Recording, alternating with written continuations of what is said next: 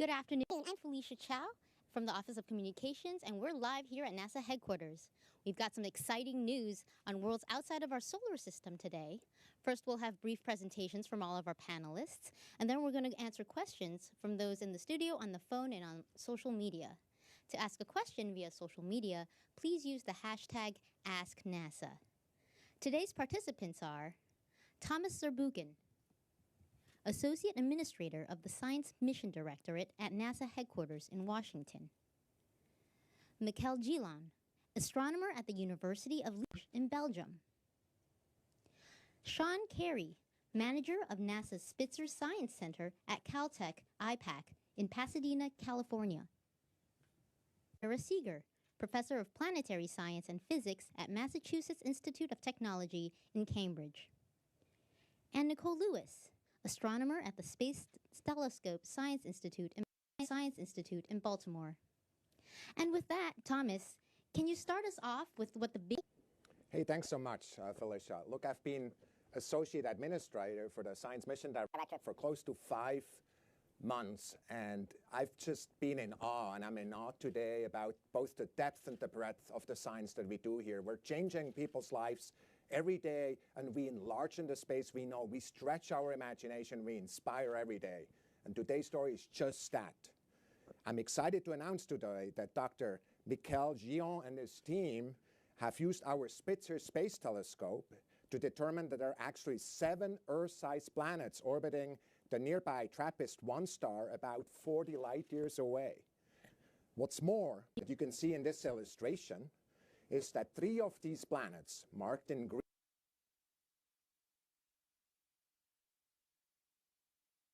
are in the habitable zone, where liquid water can pool on the surface. In fact, with the oceans, there could be water on any of these planets. So for the first time, we found as many terrestrial planets around a single star, and that's the first time we have been able to measure, in addition to that, both the masses and the radii of these habitable zone type Earth-sized planets.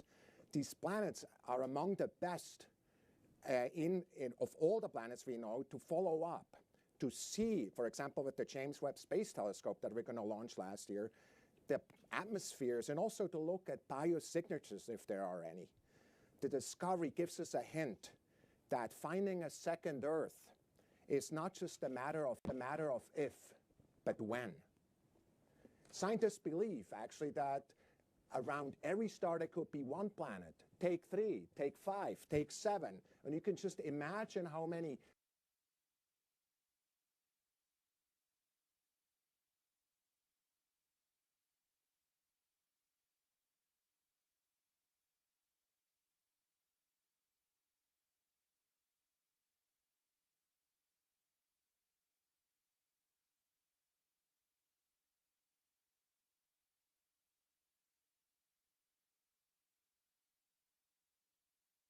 that we could explore.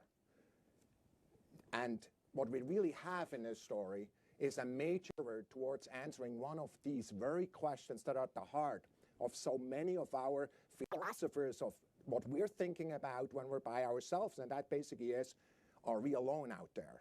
We're making a step forward with this, a leap forward, in fact, towards answering that question, and I'm really excited for you to hear about it now. Thanks, Thomas. So, Mikel, can you tell us more about this finding? Sure. As Thomas mentioned, we used a Spitzer Space Telescope with our ground-based telescope to discover around the same star, not 1, not 2, but 7 Earth-sized planets. And this is the first time that so many Earth-sized planets are found around the same star. Furthermore, with 3 of them in the habitable zone.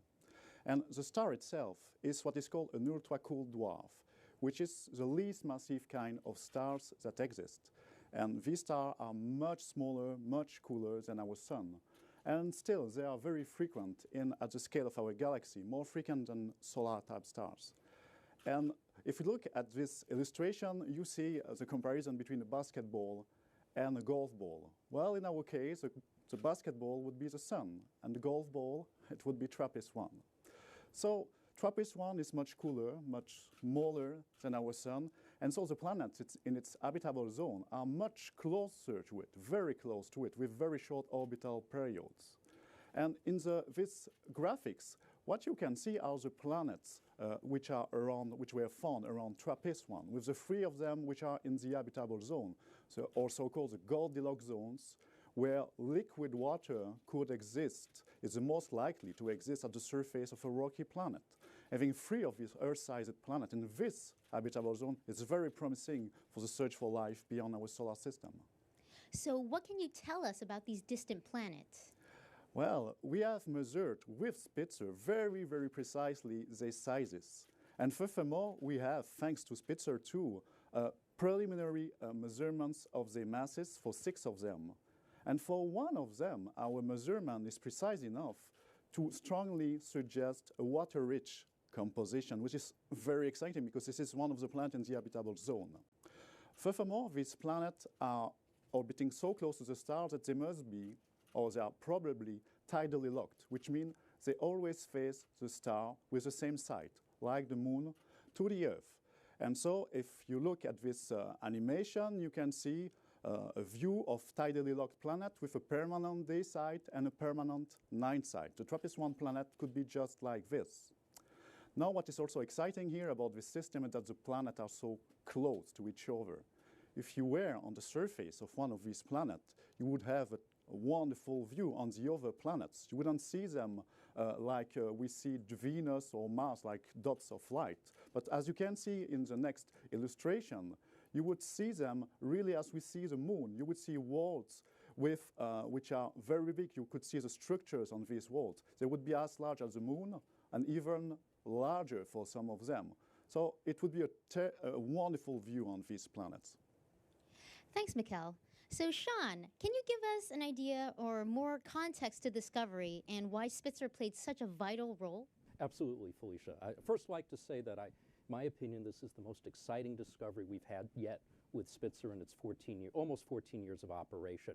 As you can see in the graphic, the initial discovery of the TRAPPIST-1 system was by the TRAPPIST telescope in Chile in 2016. And immediately after that, we started doing intensive follow-up with a lot of ground-based telescopes and more than 20 days of continuous observations with Spitzer. And what we're able to find is that we confirmed 2 of the planets that were found in the initial discovery, and then found 5 more planets for a total of 7 planets in the system, which is pretty exciting. Now, TRAPPIST-1 is an ultra-cooled dwarf, and that means that it's much brighter in the infrared, thousands of times brighter in the infrared than in the visible. So it makes it ideal to use Spitzer, which is an infrared telescope, to do the follow-up on this system. And then as you can see in this animation of Spitzer, so Spitzer was launched in 2003, and it was never intended to study exoplanets. So we had to do some clever re-engineering why it's in space still, and it's more than an astronomical unit away from the Earth, so you can't fly out and do anything about it. But we did clever engineering on the ground to allow Spitzer to measure star brightnesses very precisely, 1,000 times more precisely than we had imagined Spitzer would be able to do. And then what we're going to show in the next animation is how what Spitzer sees the planets very similar to the way the Kepler Space Telescope does it. We don't image the individual planets. What we do is the planets pass in front of the star.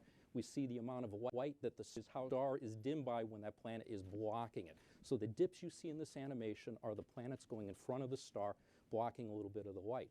The size of the dip tells you the size of the planet. So we can get the size of the planet directly from measuring the dip.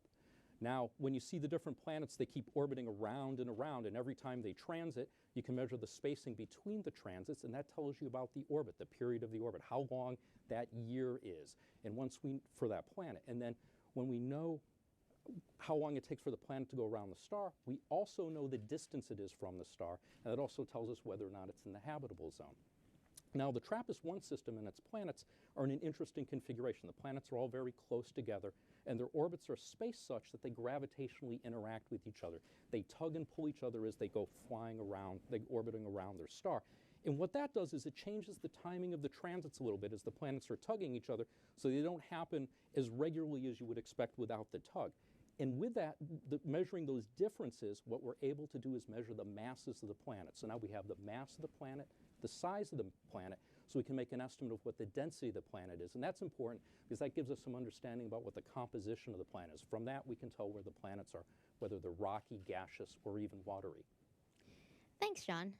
So, Nicole, what can you tell us about studying the atmospheres of these planets?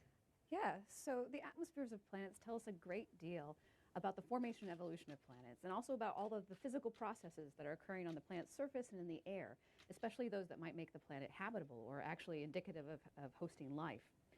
We can use space-based telescopes today to study the atmospheres of planets using a technique called transmission spectroscopy, which detects the fingerprints of different chemical species in a planet's air, such as water or methane, ozone or oxygen. We're currently using the Hubble Space Telescope to study the planets in the TRAPPIST-1 system to determine if they have hydrogen-helium dominated atmospheres. It's actually great to find out if they don't. That gives us another push forward in having these planets be, in fact, rocky, and also the potential of those planets to support water on their surfaces. Just last year, Hubble actually probed the innermost planets of the TRAPPIST-1 system, TRAPPIST B and C, and found that they didn't have hydrogen-helium dominated atmospheres. So that's just one more step along the path to having these potentially habitable worlds. So, what do we know about the 3 worlds in the habitable zone? Sure, so I'll use Eyes on Exoplanets here to give you a brief tour of the habitable zone of the TRAPPIST-1 system. So if we zoom out to the system away from the host star, you'll see all 7 planets, with the habitable zone indicated here in this blue region. The innermost planet in the habitable zone is TRAPPIST-1e. So in this illustration, you'll see an artist's rendition of TRAPPIST-1e, which is a really interesting planet for a number of reasons. It's very close in size to Earth, as you can see here. It also receives about the same amount of light as Earth does in our own solar system. This means that in TRAPPIST-1e, you could have temperatures that are very, very similar to the ones that we have here on Earth. The next planet out is TRAPPIST-1f. Now, this is a potentially water-rich world that is, again, about the same size as Earth. You can see here in comparison. Now, TRAPPIST-1f has about a 9-day orbit, and during that time it receives about the same amount of sunlight as Mars does in our own solar system. And the final planet in the habitable zone of the TRAPPIST-1 system is TRAPPIST-1g. Now, TRAPPIST-1g is the largest planet in the TRAPPIST-1 system. It's about 13% larger radius than that of Earth, as you can see in this comparison here. And it receives about the same amount of starlight as somewhere in between Mars and the asteroid belt in our own solar system. So, while we don't have the technology yet to really travel to any of these planets, how long would it take to travel here? Well, thankfully, we can ask Eyes on Exoplanets. And if we were able to travel at light speed, we, of course, could arrive in 39 years. Something more like a jet plane would take far longer, of course, something more on the line of 44 million years. Wow. Well then, thank you so much, Nicole. Now, Sarah, why are these discoveries so exciting for the scientific community? Well, with this discovery, we've made a giant accelerated leap forward in the search for habitable worlds and life on other worlds, potentially speaking. Because with not just one planet, but several, we have room that if we didn't have the habitable zone quite right or weren't sure quite what we're looking for, we have many chances over. You could say colloquially, it's like in this planetary system, Goldilocks has many sisters. Now, we don't know much about the planets. We know, as we heard earlier, the masses and sizes and how much radiation is falling on them and their orbits. So for now, we just speculate. And for that, the TRAPPIST-1 system has really captured our imagination, and we have a new travel poster for you that you can download from the NASA website. And if you see here, it's captured scientifically accurately the, how on one of the planets you could see all the other planets in the sky. Now, historically in exoplanets, in the kind of brief history of the last 20 years, when there's one, there's more. And so that's why I'm so excited to be here today to share it with you, because with this amazing system, we know that there must be many more potentially life-bearing worlds out there just waiting to be found. Thanks. So, what are astronomers doing to learn more about this system and others like it? Well, first of all, Mikkel and his team have started to put up more telescopes. They call it Speculos, and they're going to, from the ground, use telescopes to search 1,000 of the nearest ultra-cool dwarf stars.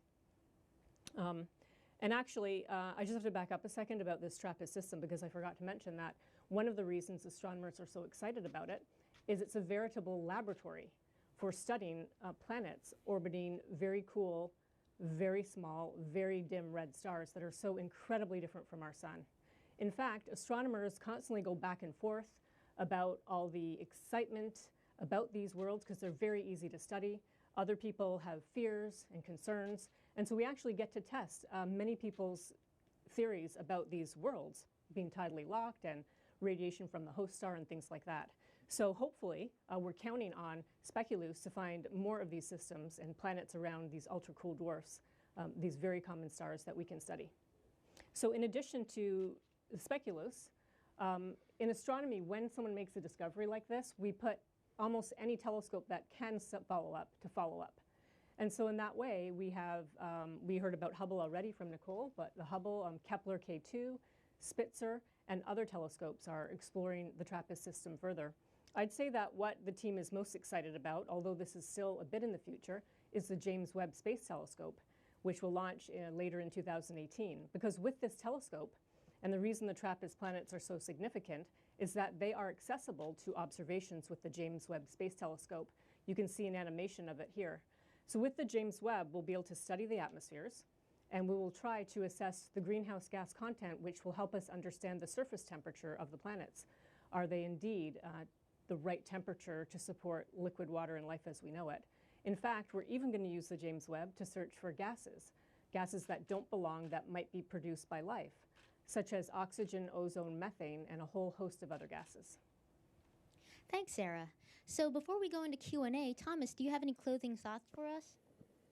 You know, for me, this research in exoplanets is really in its gold rush phase. You know, it started something like 20 years ago, and I just couldn't help but notice that the last co-author on your paper is the same co-author who was there at the announcement of the first exoplanet ever discovered and announced in 1995. And since then, we've found thousands of those, a little bit under 5,000 the last time I checked. Dozens of them are in the habitable zone. None until now have had that many planets in the habitable zone.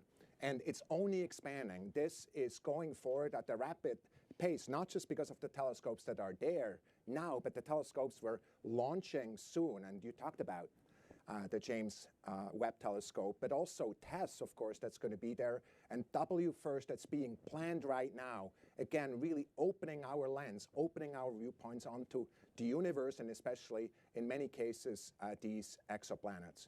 I do believe that many of the best telescopes that will give us the most information are yet to be invented.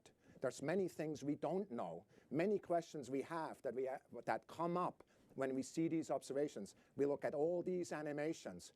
Very likely, nature is way more beautiful, way more amazing than what we've animated here. It's always that way.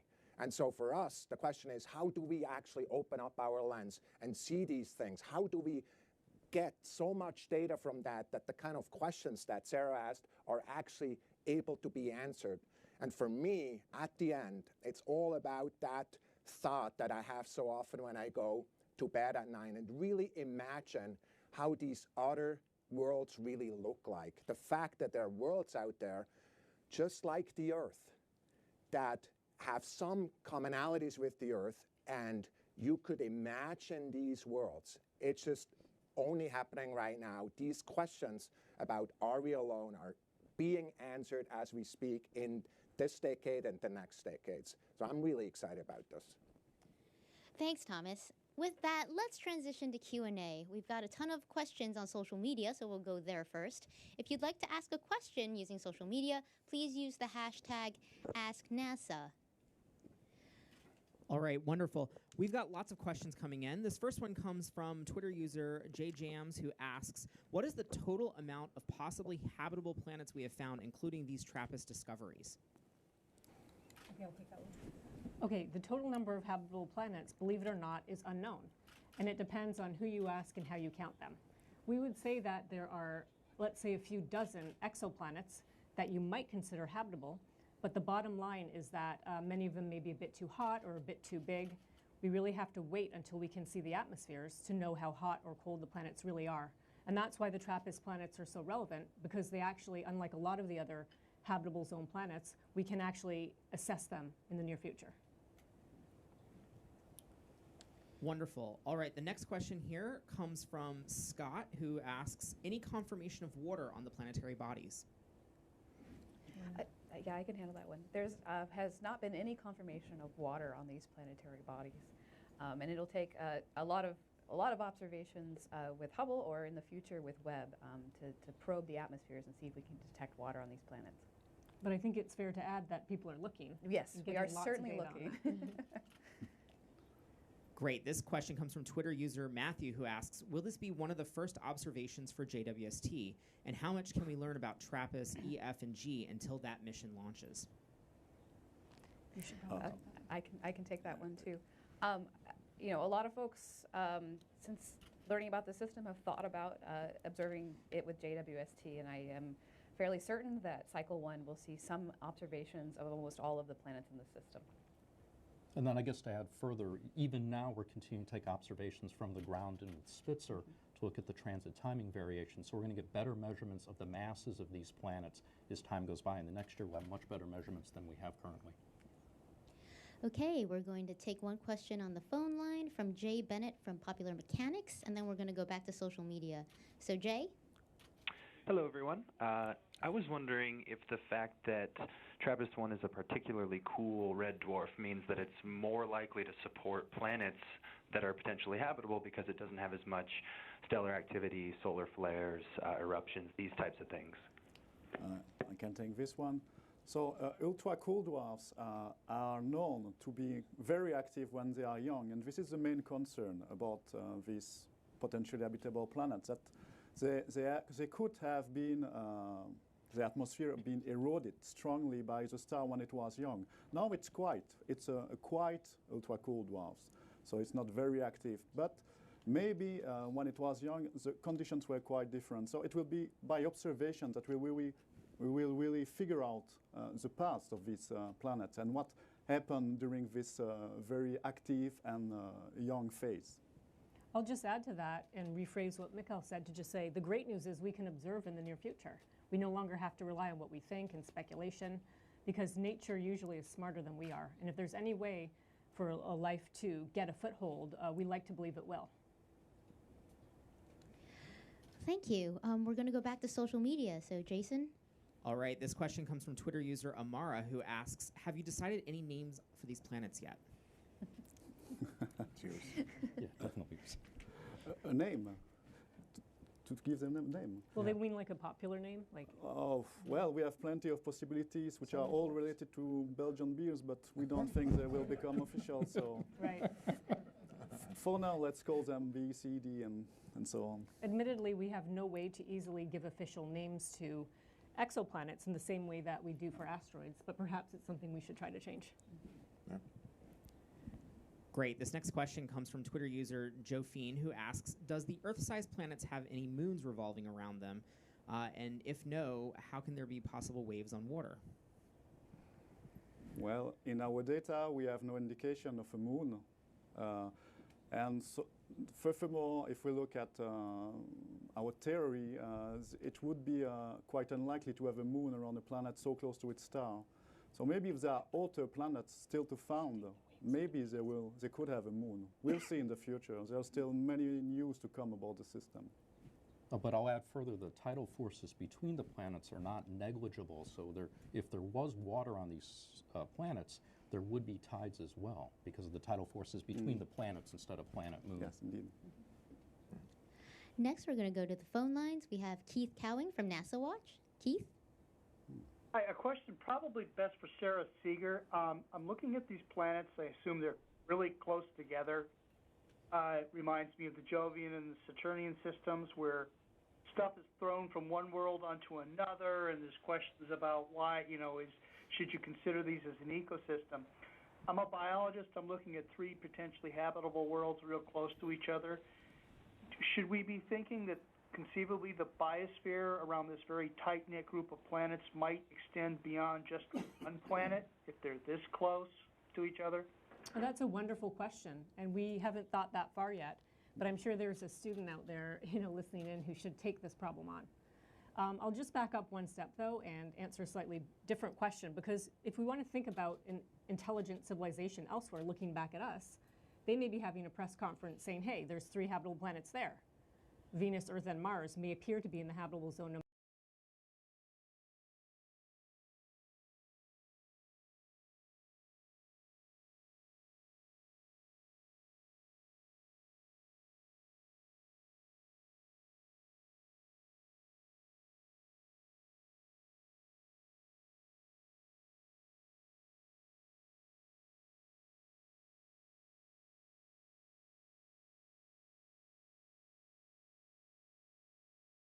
That you've seen prior?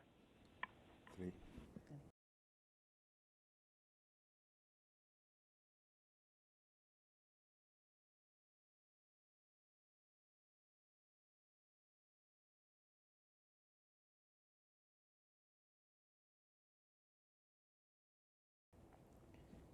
So let's go back to social media. Jason?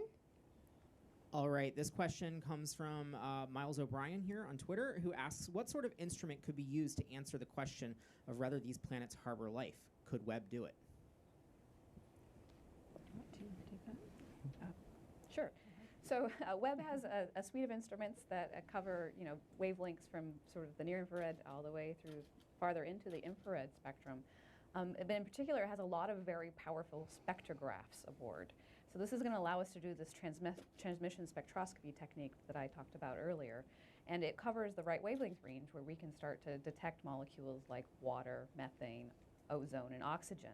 So we can start to do a lot of what Sarah had suggested in trying to determine habitability and also the potential of it harboring life. And I just want to add one thing, and to Miles and everyone out there, is we really try to emphasize we have the capability to find signs of life elsewhere, but nature has to deliver. And because it's all so new to us, these red dwarf stars, we don't totally know what's out there. So if nature has made life ubiquitous, and there are lots of atmospheres without clouds, substantial enough accumulation of gases, we'll have no trouble finding it at all. But if it's the opposite, then it may be a while. But I did want to add one more point that we hadn't covered yet, that we have the TESS mission upcoming. We have other ground-based searches. So TRAPPIST-1, we're just here as the first. It's the most exciting one so far, but we hope to have many more of these and lots of chances to find signs of life in the future. Wonderful. Next question here comes from Twitter user Chris Sims, who asks, is it possible to listen to this planet system using our SETI-style telescopes? How do we learn as much as possible? Okay. To my knowledge, it was already listened to by SETI, and they had no signal from artificial signal detected. So it's doable, but there's no signal detected. Great. Next question comes from Twitter user Sawyer, who asks, how far into the foreseeable future until we might be able to see a craft that can actually make the journey to TRAPPIST-1? This is a really hard question, just because it requires so many miracles on the way. See, when James Webb was developed, the way I think about James Webb, it required something like 10 miracles, kind of things we had never done, and kind of put it together into a telescope, with a 6.5 meter kind of foldable mirror and a thermal system that's a tennis court in size. Kind of how do you do that? The answer is you start inventing your way forward. This question that's being asked may be a 100 miracle type of question, and some of them probably relate to nuclear propulsion. Some of these miracles relate to radiation protection. They relate to things that we're just starting to push at. Now, the good news is there's a lot of work that's being done on kind of the first 5 to 10 of those miracles that are being looked at, not necessarily because we have our eyes set right now on going to a star. It's a big leap, but because we're looking, for example, at the outer solar system. We want to get there a lot faster. We want to get there with more payload. We want to get there with more energy. And so the way this game works, it's really, it's leaning forward. It's really, just because it takes 100 miracles, not backing up. That's really what I would believe is what NASA is all about. And that's also what led to this kind of discovery in many ways. Spitzer itself had a whole bunch of miracles on detectors and systems, and the same is true for the other question. I'd like to just very briefly mention our colleagues at the Breakthrough Foundation and the project called Starshot. And you can go look that up and see that they're planning 19 miracles to figure out a way to send very tiny and thousands of little tiny spacecraft flying by the very nearest stars. That would be Proxima Centauri, not quite like TRAPPIST. But I just want to remind all of you, although it may sound discouraging, perhaps that in our lifetime we won't have a way to see how to get to TRAPPIST-1, that we're here because we have these big sophisticated space telescopes, Hubble, Spitzer, James Webb, and future ones. And we're big on remote sensing. So even though that's what we have to live for, we are still very excited about the possibility of using our telescopes to see what's there, rather than we have to leave the trip there to future generations. We've got a lot of questions on social media, so we're just going to keep them coming. Jason, what other questions are we getting? Sure. This next question comes from Twitter user Aku, who asks, any estimations on how old these discovered exoplanets are? Yeah, the age of the star and the system itself is poorly constrained. We know it's not very young. It doesn't show signs of youngness, so it's at least 500 million years old. But we can't say more because these ultra-cool dwarf stars, they evolve super slowly. Their lifetime is 1,000 times larger than for a sun-like stars. So we don't see them evolving, so we can't constrain their ages. All right, this next question comes from Facebook Live here. What is the distance between these three planets? Is it something like 500,000 kilometers? And what is the distance between E and the star? The distance between the planets are a few times the distance between the Earth and the Moon. So we're talking about something like millions of kilometers and not hundreds of millions of kilometers for an Earth around a sun-like star. And for the planet F, or E, the distance is something like 5% the distance between the Earth and the Sun. So it's much, much closer to its star. Great. This next question comes from Twitter user Ross Butler, who asks, is the TRAPPIST-1 system the closest to us with planets in the habitable zone? No. In fact, the closest is Proxima Centauri, which has a planet which was detected by radial velocity, so by another method, which doesn't tell us the size nor the mass. So we don't know if it's a rocky planet, but it is in the habitable zone, clearly. It's only at 4 light years away. It's the closest star, in fact. All right, wonderful. This next question comes from Twitter user Unconventional Tiger, who asks, I would like to know the range of orbital periods for the 7 rocky planets in the TRAPPIST system. So the range goes from 1.5 days for the innermost planet to, we don't know the period of the outer planet, but it must be something like 20 days. So super short period compared to the Earth. I think, do you want to add the ratios?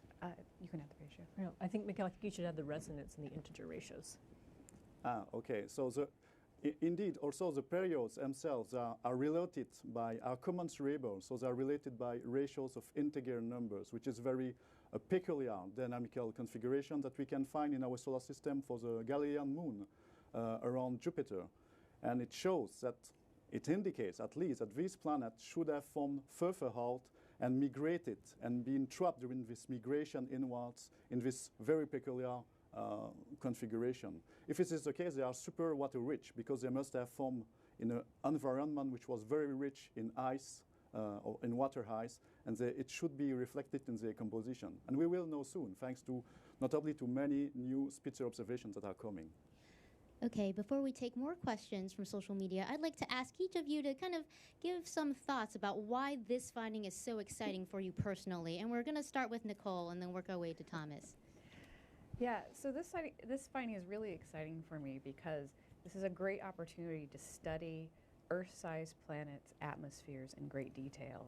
We know that we can get good signal-to-noise ratios, and we can start to begin this journey in trying to understand what the air is like around rocky planets outside of our solar system. Well, I'll give 2 favorite reasons. One is when I and others started in exoplanets 20 years ago, our peers all dismissed the work as just stamp collecting. We'd never look at their atmospheres, we'd never be able to do this, we'd never be able to do that. So the fact that we're here today with 7 planets, and we know we can study their atmospheres in the future, is truly tremendous. The other point I want to make is that we're really excited because we all see ourselves here as just, we're the group of people, we meaning us and all of our colleagues, as the pioneers. This is a search that will go on for many generations. And just the fact that we're this close now to finding so many habitable worlds is really exciting. Yeah, so for me, it's more of a very kind of a personal experience because I've worked on Spitzer since 2002, and the ability to be able to do these observations. We had to do a fair amount of engineering work, and at the beginning, it wasn't clear necessarily that we would be able to achieve the precisions we need to do up science like this. So it's very gratifying that all our hard work, myself, my colleagues at the Spitzer Science Center, JPL and Lockheed Martin, the engineers there, we're able to pull it off, and we're able to be able to give great data to scientists and get great results out. So I'm very happy about this. So on my side, I've already wondered about the possible existence of life elsewhere since I'm a kid. And so when I went to college to study science, I first studied biology, biochemistry, because I wanted to understand what is life, really. Then I switched to astronomy because it was the beginning of the exoplanet adventure. We were really beginning to detect planets outside the solar system. And it was clear that within a few decades, we would be not detecting giant planets which were unsuitable for life, but planets that could host life, that we could study. So I've already been devoting my time in science to this goal. And then we're getting nearly there with this result. It's a very good satisfaction for me. To me, looking from the point of view of NASA science program, it's exciting because it's a leap forward, but it goes in parallel to the other leaps we're taking right now. Look at what's happening at Mars, where we're really looking at the complex chemistry that's happening there. Look at the recognition that Mars actually is a place where there not only used to be water, but there's water today, abundant water. In parallel to that, the recognition that we can now have the technology ability of going to Europa and actually looking at that system, which is in its own right really an exciting system because there's an ocean world there that hits the rock at the bottom in a really unexpected place in a site. There's many other places like that. And then on the theory side, we already heard that the really understanding of the biology of life. There's a tremendous amount of progress. So together, these areas really create kind of a crescendo towards that, really answering that question that has been on our minds for so long. This is the right time to ask that question. It is the right time to have this discovery right now. Thank you. I'm afraid that's all the time we have left. Please keep those questions coming by sending them at the hashtag AskNASA. And for more information and to download the Eyes on Exoplanets app that Nicole was just using earlier, please go to nasa.gov/exoplanets. All right, guys. And also, don't forget to follow us. That's the live feed. Hold on, let me try to turn her down here. So there you have it. That was the live stream thing here of NASA saying that there's 7 exoplanets around a red dwarf star, TRAPPIST-1. Of course, that made me think of a couple things. One was Revelation 12, verse 3, where it talks about the great red dragon appearing in the heavens with 7 heads, 10 horns, and 7 diadems. It just makes you go, huh, that's weird. Maybe nothing to it, but it's just one of those things. Also, what else was kind of weird or interesting about this? Oh, there you go. That'll get you guys all riled up in there, the flat earthers. What else? You guys in the chat, I know there's a couple good points that were made in there.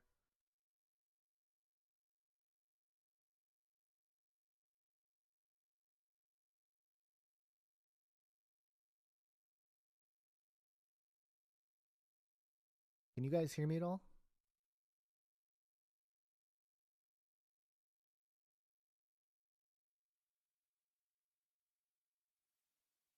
Okay, so I'm not loud enough. Is this better? Trying to make it louder here.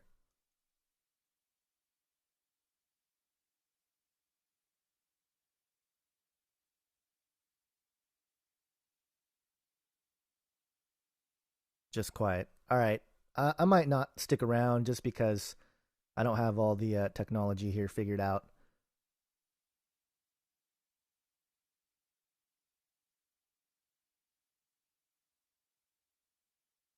All right, guys, this video is going to post. You guys can keep talking in the chat, I believe, or maybe the chat ends after I end the video.